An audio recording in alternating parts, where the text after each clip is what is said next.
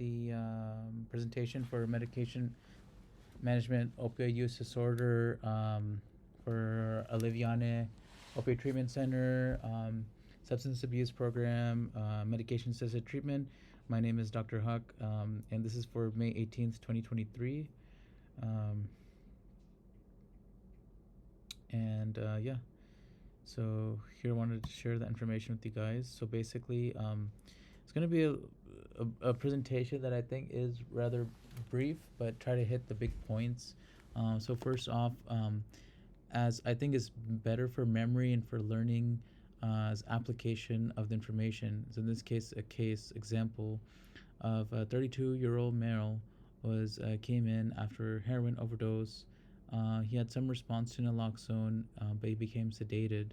So as you know, heroin is an opioid, and with opioid, they have possible side effects of sedation.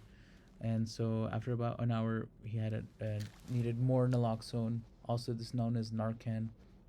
He got abscesses on the anticubitals between the elbow or other side of elbow, and cellulitis, which is like skin infection. Admitted to hospital actually in this case for drug overdose, altered mental status, arm cellulitis. But to be honest, probably the biggest reason that he was admitted to the hospital was the drug overdose, because arm cellulitis is probably not an emergency. Persistent altered mental status may be something that's urgent, but the drug overdose is what kills people. It's fatal, it's mortal. That's what's the most important thing here. And so we all know this, but that's a high risk for any opioid. It's not just heroin. It could be fentanyl. It could be oxycodone. It could be Percocet, Dilaudid, morphine, but even methadone and Suboxone. So the background, overdoses specific by opioid.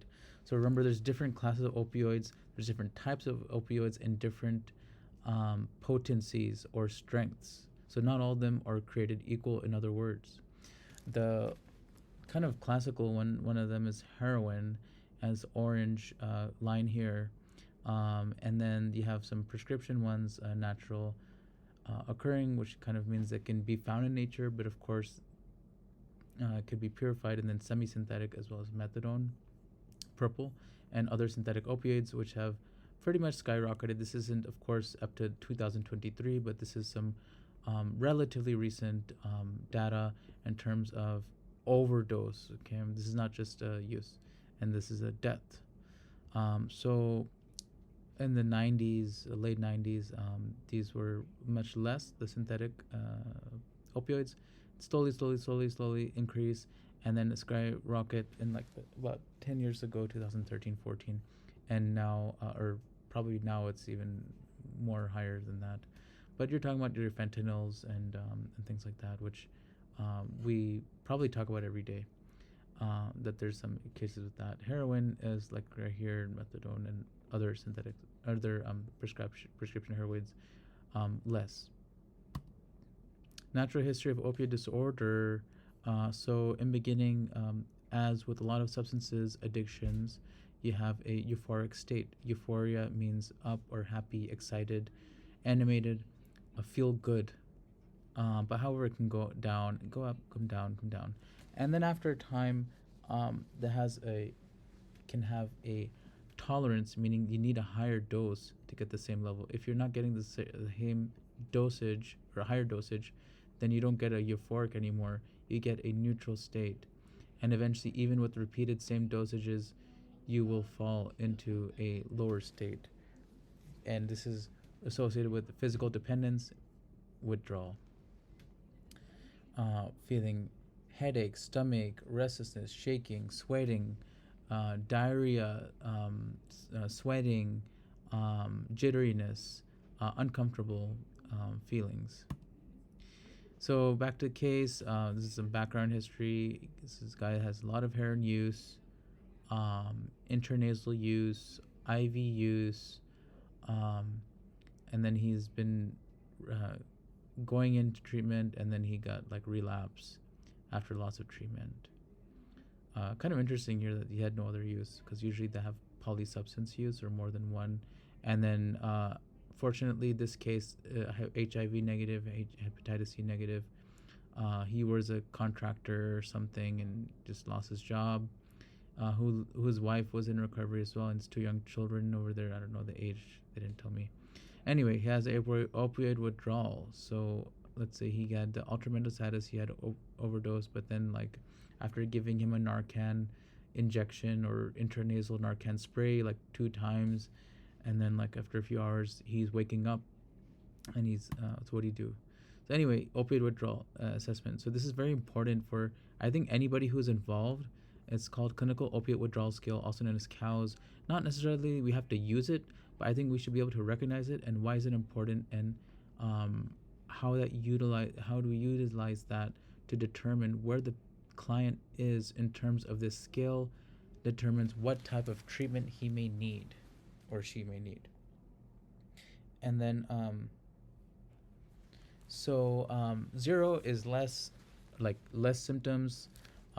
4 is high symptoms. Okay, so 0, you have your anxiety, which is probably like 100% of us. Drug craving, you go down to maybe like 70% of us. But these are not emergency symptoms, is in other words, right? Number 1, yawning, sweating, runny nose, tearing eyes, restlessness. Okay, these are sign of symptoms and may require some treatment depending on like how many of them they have. Number 2, dilated pupils. So I'm not sure if anyone's seen me in the clinic and physical exam, but I like to look at the pupils. Not the like 100% accuracy regarding this, but can be a very fast, easy way to tell where somebody is in terms of the opioid use, trajectory or timeline. For example, if somebody is in an opioid intoxication state, then the pupils are going to be opposite, right? These are going to be opposite. He's not going to be anxious. He's going to be less anxious. He's not going to crave the drug because he just took it.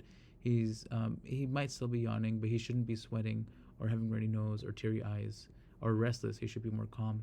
And the pupils in intoxicated state, if he just smoked a joint, smoked something, or inhaled something, or even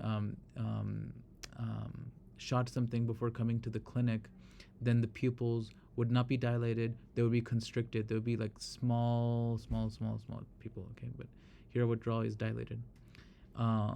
And goose flesh, like cold skin, muscle twitching and shaking, muscle joint aches, and loss of appetite.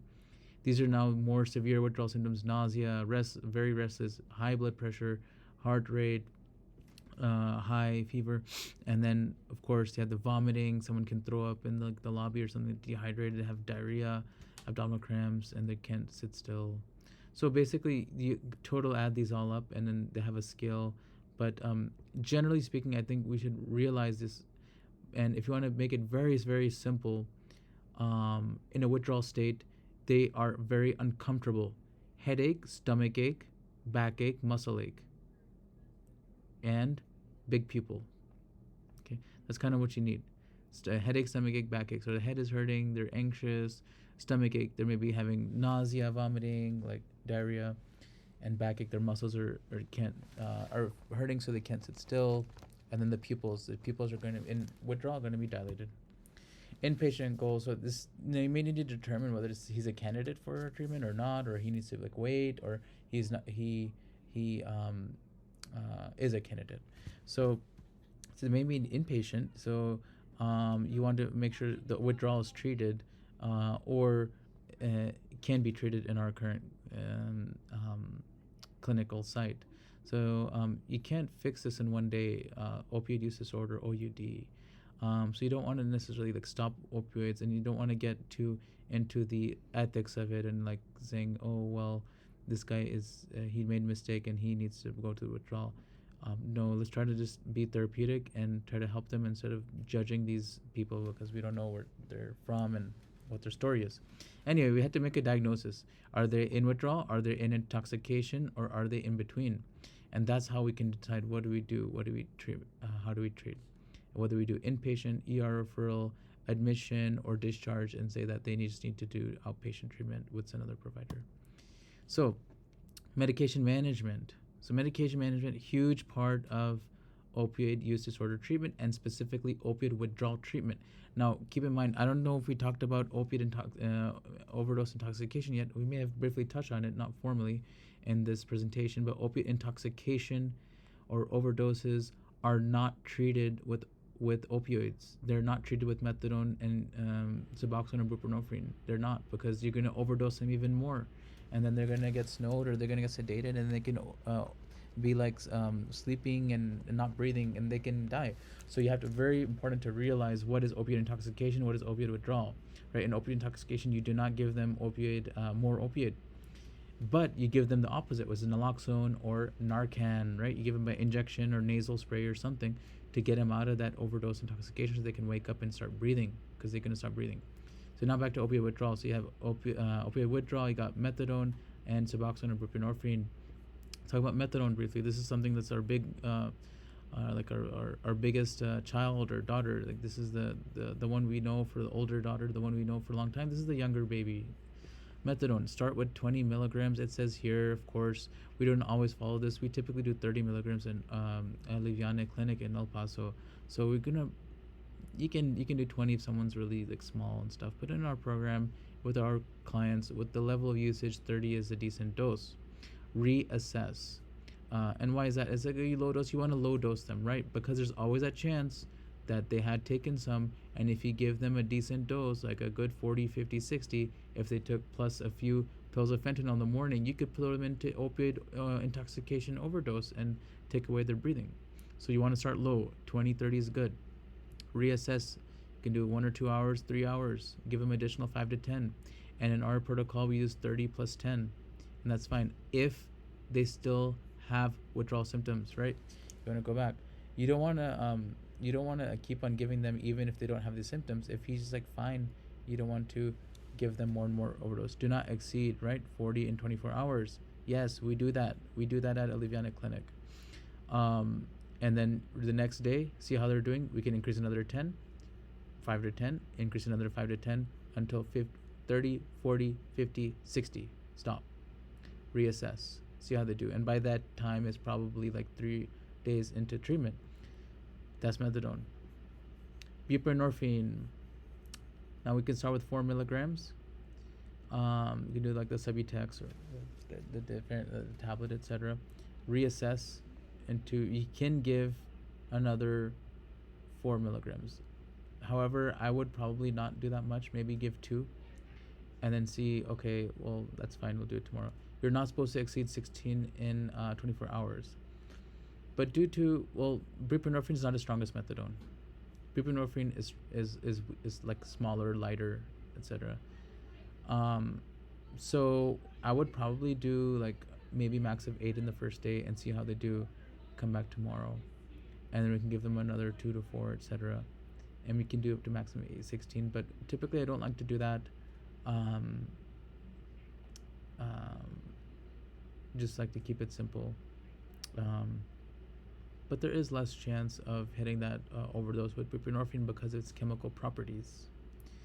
Now we want to monitor, I think I talked about this for CNS and respiratory depression. CNS meaning central nervous system depression. If CNS is depressed, someone is sleeping, comatose, or just out of it.